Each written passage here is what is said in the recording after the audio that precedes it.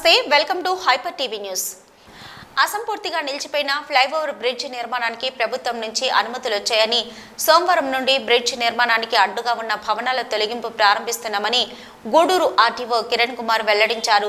గూడూరు పట్టణంలోని ఐసీఎస్ రోడ్లో ఆర్టీఓ కిరణ్ కుమార్ పలు శాఖల అధికారులతో పర్యటించారు. అసంపూర్తిగా నిలిచిపోయిన ఫ్లైఓవర్ బ్రిడ్జ్ నిర్మాణ పనులపై సమీక్షించారు. ఆర్టీఓ కిరణ్ కుమార్ మాట్లాడుతూ, గత 10 సంవత్సరాలకు పైగా అసంపూర్తిగా ఫ్లైఓవర్ బ్రిడ్జ్ నిర్మాణం నిలిచిపోయిందని, ప్రభుత్వం నుంచి నిర్మాణానికి అనుమతులు వచ్చాయని తెలిపారు. బ్రిడ్జ్ నిర్మాణానికి అడ్డుగా ఉన్న భవనాల వారికి ప్రభుత్వం నష్టపరిహారం చెల్లించిందని, వారందరూ ఆదివారం లోపు విలువైన వస్తువులను తొలగించుకోవాలని, సోమవారం నుంచి జేసీబీలతో భవనాల తొలగింపు ప్రారంభిస్తున్నామని వెల్లడించారు. ఇంకా నష్టపరిహారం రాని వారి వివరాలను ప్రభుత్వం దృష్టికి తీసుకువెళ్లి వారికి త్వరితగతిన పరిహారం అందేలా చర్యలు తీసుకుంటామని అన్నారు. ఈ పరిశీలన కార్యక్రమంలో మున్సిపల్ కమిషనర్ వెంకటేశ్వర్లు, తహసీల్దార్ లీలారాణి, సిఐ హజరత్ బాబు, ఎలక్ట్రికల్ ఈఈ ఇస్మాయిల్, R&B మరియు సర్వే అధికారులు పాల్గొన్నారు. డాక్టర్ వైఎస్ రాజశేఖర రెడ్డి గారు ముఖ్యమంత్రిగా ఉన్నప్పుడు ఈ గూడూరు పట్టణానికి ఫ్లైఓవర్ శాంక్షన్ చేయడం జరిగింది. ఆ తర్వాత 12 సంవత్సరాల పాటు అసంపూర్తిగా ఉంది. ఇప్పుడు ప్రస్తుత మన ముఖ్యమంత్రి జగన్మోహన్ రెడ్డి గారు దీని అసంపూర్తిగా ఉన్న ఫ్లైఓవర్ నిర్మాణానికి అనుమతులు ఇవ్వడం జరిగింది. కాంట్రాక్టర్ కూడా రెడీగా ఉన్నారు కాబట్టి మనము ఇప్పుడు అన్ని శాఖల అధికారులు, రెవెన్యూ, పోలీసు, R&B మరియు ట్రాన్స్కో అన్ని డిపార్ట్మెంట్ల సమన్వయంతో ఇక్కడ ఎక్కడైతే మనకు ఈ ల్యాండ్ని 3 రకాలుగా మనం అక్వైర్ చేసాము. ఒకటి పట్టా ల్యాండ్, 2 గవర్నమెంట్ ల్యాండ్స్, తర్వాత ఇంకా పేమెంట్ పడని పట్టా ల్యాండ్స్లో పేమెంట్ పడని ల్యాండ్స్. మనకు ఇంతవరకు ఏదైతే పేమెంట్ చేశామో ఆ స్ట్రక్చర్స్ అన్నింటినీ కూడా సోమవారం నుంచి తొలగించడానికి వీళ్ళందరికీ కూడా ఎవరైతే ఇక్కడ నివాసం ఉంటున్నారో వారందరికీ పేరున చెప్పి ఆదివారం వరకు లోపల వీళ్ళకి విలువైన వస్తువులైన గేట్లు కానీ, ఎలక్ట్రికల్ పోల్స్ కానీ, లేకపోతే ఆస్బెస్టాస్ రేకులు కానీ, ఇంకా ఏమైనా విలువైన వస్తువులు కానీ, లేకపోతే ఏసీలు షిఫ్ట్ చేసుకోవడానికి ఉపయోగపడుతుంది. సోమవారం నుంచి 4 జేసీబీలు మరియు 4 ట్రాక్టర్స్ ఈ డెబ్రిస్ పడిన వెంటనే వెంటనే తొలగించడానికి ఏర్పాట్లు చేస్తున్నాము. అలాగే 6 మందికి అంటే ఇన్స్టిట్యూషన్స్కి ఇంతవరకు అమౌంట్ పడలేదు. ఎల్లుండి మీటింగ్ పెట్టుకొని ఆ అమౌంట్ పడడానికి కూడా చర్యలు తీసుకొని ఈ ROB నిర్మాణానికి ఎలాంటి ఇబ్బందులు లేకుండా చర్యలు తీసుకుంటాము. ఇక్కడ పడిన డెబ్రిస్ అంతా కూడా వెంటనే 4 ట్రాక్టర్లతో ఇక్కడ నుంచి తొలగించడం జరుగుతుంది. ఈ ఫ్లైఓవర్ నిర్మాణం కారణంగా కొన్ని డ్రైనేజీల్లో ఈ డెబ్రిస్ పడడం వల్ల అవి కొద్దిగా మూసుకుపోవడానికి కారణం ఉంటుంది. కాబట్టి ఇవన్నీ అలైన్మెంట్ అంతా చేసిన తర్వాత కొత్త డ్రైనేజ్ సిస్టమ్ కూడా ఏర్పాటు చేయడం జరుగుతుంది. గౌరవనీయులు ఆర్టీఓ గారు చెప్పినట్టుగా సోమవారం నుంచి R&B తరఫున 4 జేసీబీలు, 4 ట్రాక్టర్లు, 2 డ్రిల్లర్లు కూడా పెట్టేసేసి ఏవైతే ఉన్నాయో వాటికి ఆ మార్కింగ్ ప్రకారం మొత్తం రిమూవ్ చేసిన మెటీరియల్ని ట్రాక్టర్ల ద్వారా బయటికి తరలిస్తాము. ఒకసారి అలైన్మెంట్ ఫిక్స్ అయిన తర్వాత ఆ బౌండరీకి ఎలక్ట్రికల్ పోల్ షిఫ్ట్ చేయించి ఆ బౌండరీ ఎడ్జ్లో డ్రైనేజ్ సదుపాయం కూడా ROB కాంట్రాక్టర్ ద్వారా ఏర్పాటు చేయడం జరుగుతుంది.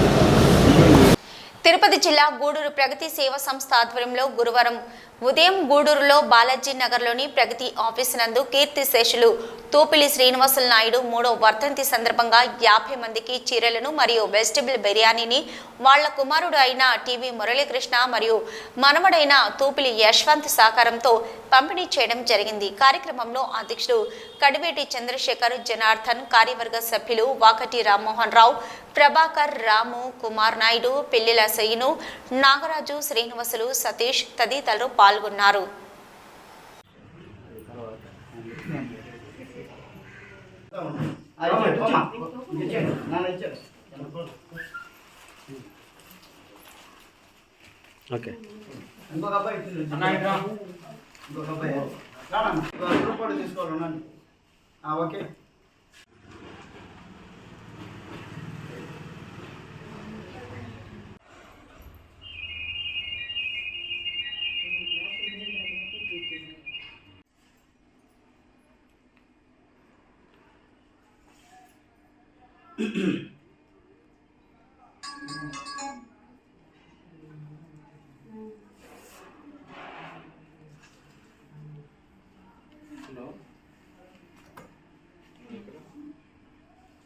ప్రగతి సేవా సంస్థ ఆధ్వర్యంలో ఈరోజు బాలాజీ నగర్లోని ప్రగతి ఆఫీసు నందు మన కర్ణాల వీధికి చెందిన తూపిలి శ్రీనివాస నాయుడు గారు అంటే ఎవరికి తెలియదు.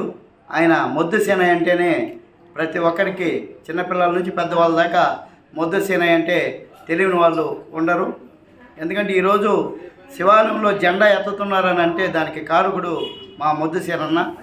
ఆయన అకాల మరణం చెందడం ఈ 3వ వర్ధంతి సందర్భంగా వాళ్ళ కుమారుడు మురళీకృష్ణ, అదేవిధంగా మా కుటుంబ సభ్యుడైన వాళ్ళ మనవడు తూపిలి జస్వంత్ సంపూర్ణ సహకారంతో ఒక 50 మందికి చీరలు, అదేవిధంగా 50 మందికి మంచి వెజిటేబుల్ బిర్యానీ పెట్టాలన్న మంచి ఆలోచన రావటం చాలా సంతోషమైన విషయం. తూపుల జస్వంత్కి ప్రత్యేక అభినందనలు తెలియజేయాలని మనస్ఫూర్తిగా కోరుకుంటూ, సేవకి వయసుతో నిమిత్తం లేదన్న ఒక చిన్న ఉదాహరణ ఈరోజు మన తూపిలి జస్వంత్. ఎందుకంటే అబ్బాయి ఇక ఎడ్యుకేషన్ కూడా పూర్తి కాల, కానీ ఈ ఒక సేవా రంగంలో రావటం, అందులో మాతో ప్రగతి కుటుంబంలో జాయిన్ అవ్వటం చాలా సంతోషమయ్యటం. ఎందుకంటే యువతలో నుంచే, ఇలాంటి విద్యార్థుల నుంచే మనం సేవా గుణం కానీ మనం కానీ వలస పట్టుకుంటే వేరే వ్యాపకం లేకుండా వాళ్ళు కూడా సేవలో ఎదిగేదానికి చాలా దోహదపడుతుంది. చాలామందికి, ఎక్కువ మంది పేదవాళ్ళకి సేవ చేసేదానికి దోహదపడుతుందని మనస్ఫూర్తిగా నమ్ముతూ, అదే మా తాతగారు అయినటువంటి కీర్తిశేషులు తూపిలి శ్రీనివాస నాయుడు గారి 3వ వర్ధంతి సందర్భంగా ప్రగతి ఆఫీస్ నందు నిరుపేదలకి నా రుచికరమైనటువంటి వెజిటేబుల్ బిర్యానీ, అదేవిధంగా చీరలు పంపిణీ చేయడం జరుగుతూ ఉంది. మా ప్రగతి సేవా సంస్థ అధ్యక్షులు కడివేటి చంద్రాంకులు ఎప్పుడూ ఒక మాట చెప్తూ ఉంటారు, మనం కష్టాల్లో ఉన్నప్పుడు ఏ బంధువు రాడు, మనం ఈ సేవా కార్యక్రమాలు చేయడం వల్లే భగవంతుడు మనం కష్టాల్లో ఉన్నప్పుడు ఏదో ఒక రూపాన్ని మనకి సహాయం అందిస్తాడు. ఎందుకంటే మనమందరం కూడా కష్టాల నుంచి వచ్చాము. ఈ రోజున ప్రగతి కుటుంబ సభ్యులు అందరూ కూడా కష్టంలో నుంచి వచ్చిన వాళ్ళం కాబట్టి, కష్టం విలువ తెలిసిన వాళ్ళం కాబట్టి ప్రతి ఒక్కరం కూడా నలుగురు సహాయం పడదాం అని చెప్తా ఉంటారు. అందుకు ఖచ్చితంగా అది కూడా ఒక స్ఫూర్తిగా తీసుకొని, అదేవిధంగా చిన్నప్పటి నుంచి కూడా మనం ఒక మనిషిని చూస్తూ పెరిగినప్పుడు అతన్ని అడ్మైర్ చేసుకుంటాం. అది మా తాతయ్య నుంచి నాలో వచ్చిందే కానీ నాలో గొప్పతనం ఏం కాదు. ఈ అవకాశం ఇచ్చినందుకు కడివేటి చంద్రశేఖర్ గారికి, అదేవిధంగా ప్రగతి కుటుంబ సభ్యులందరికీ కూడా నా కృతజ్ఞతలు తెలియజేసుకుంటున్నాను. ప్రగతి సేవా సంస్థ సేవ లక్ష్యం, సేవా ప్రమాదం యొక్క మంచి ఉద్దేశంతో మా అధ్యక్షుడు కడివేటి చంద్రశేఖర్ గారు స్థాపించి 4వ సంవత్సరం దిగ్విజయంగా జరుగుతూ ఉంది. ఈ కుటుంబ సభ్యులు పుట్టినరోజు కానీ, వాళ్ళ తల్లిదండ్రులు లేదా పెద్దవాళ్ళు మరణించినప్పుడు వాళ్ళ జ్ఞాపకార్థము వాళ్ళ ఇంట్లో కార్యక్రమం చేస్తూ కూడా నలుగురికి సహాయపడాలనే ఉద్దేశంతో ఇక్కడ 50 మందికి బిర్యానీ మరియు చీరలు బహుకరించడం జరుగుతుంది. వారి కుటుంబానికి ఆ భగవంతుడు ఆశీస్సులు మెండుగా ఉండాలని కోరుకుంటూ ఈ అవకాశం ఇచ్చినందుకు ధన్యవాదాలు. సైదాపురం మండలంలో అక్రమ మైనింగ్ నిలుపుదల చేయాలని కాంగ్రెస్ పార్టీ వెంకటగిరి నియోజకవర్గ ఇన్ఛార్జి పంట శ్రీనివాసరెడ్డి డిమాండ్ చేశారు. సైదాపురంలో కాంగ్రెస్ పార్టీ ఆధ్వర్యంలో ధర్నా నిర్వహించారు. ఈ కార్యక్రమంలో సర్వేపల్లి కాంగ్రెస్ పార్టీ ఇన్ఛార్జి పూల చంద్రశేఖర్, సైదాపురం మండల కాంగ్రెస్ అధ్యక్షులు కృష్ణయ్య, సుమంతు, భాస్కర్, నాగభూషణం, శంకరయ్య, వేమయ్య, శివ తదితరులు పాల్గొన్నారు. ఏర్పాటు చేసి ఇక్కడ నిరుద్యోగులకు అవకాశం కల్పించాలని చెప్పి నేను ఈ సందర్భంగా తెలియజేస్తూ ఉన్నాను. అదేవిధంగా ఒక లారీకి ట్రాన్స్పోర్ట్ పర్మిషన్ తీసుకుంటే 10 లారీలు ట్రాన్స్పోర్ట్ ఈ రాష్ట్ర సరిహద్దులను దాటిస్తూ ఉన్నారు. ఎవరప్ప సొత్తు అని నేను అడుగుతున్నాను. ఈ ప్రాంతంలో ఉన్నటువంటి ఏ పేదవాడికైనా 10,000 రూపాయలు సంపాదించుకున్నటువంటి పరిస్థితి ఉందా అని నేను ఈ సందర్భంగా అడుగుతున్నాను. ఈ ప్రాంతంలో ఉన్నటువంటి ఏ అర్జునుడైనా, ఏ గిరిజనుడైనా, ఏ ఓబీసీ క్యాండిడేట్ అయినా సరే ఎవరైనా 10 రూపాయలు ఈ మైన్ల ద్వారా సంపాదించారా అని నేను అడుగుతున్నాను. ఈ సందర్భంగా ఎవరికైనా దళితులకి ఈ ప్రాంతంలో ఎవరికైనా లీజు మైన్లు ఇచ్చారా అని నేను అడుగుతున్నాను. సైదాపురం మండలంలో